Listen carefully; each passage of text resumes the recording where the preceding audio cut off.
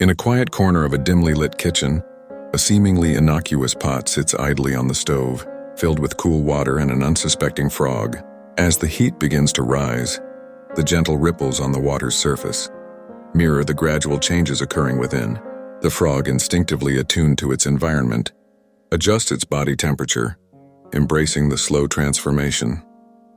It remains oblivious to the trap set in motion, consumed by its instinct to adapt. With each passing moment, the water heats just a little more, creating a steamy embrace that grows increasingly uncomfortable. The frog, in its quest for equilibrium, continues to underestimate the peril that looms ahead. The lesson unfolds quietly. Adaptation can lead to complacency, blinding us to lurking dangers. The situation appears benign, but what the frog fails to recognize is that the comfort of its adjustment slowly becomes a fatal entrapment.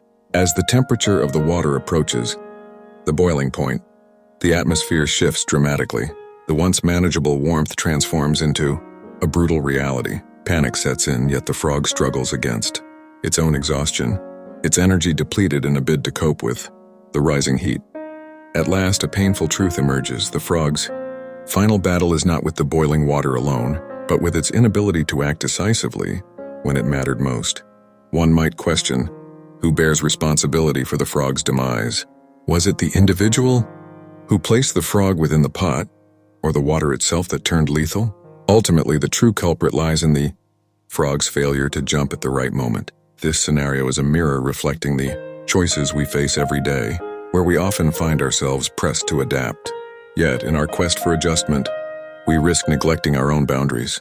There are pivotal moments when we must discern between changing ourselves for the situation or demanding that the environment adjust to our needs. If we become too pliable, allowing external forces to dictate our lives physically, emotionally, or financially, we may find ourselves ensnared in an untenable situation. Thus, the crucial lesson is not merely about survival or compliance, but about making conscious choices. We must recognize the importance of timely interventions. Avoid becoming the frog that fails to jump, as your decision to act can often mean the difference between flourishing and being trapped in a pot of boiling water. Embrace the courage to leap when necessary, for that is what distinguishes those who thrive from those who merely survive.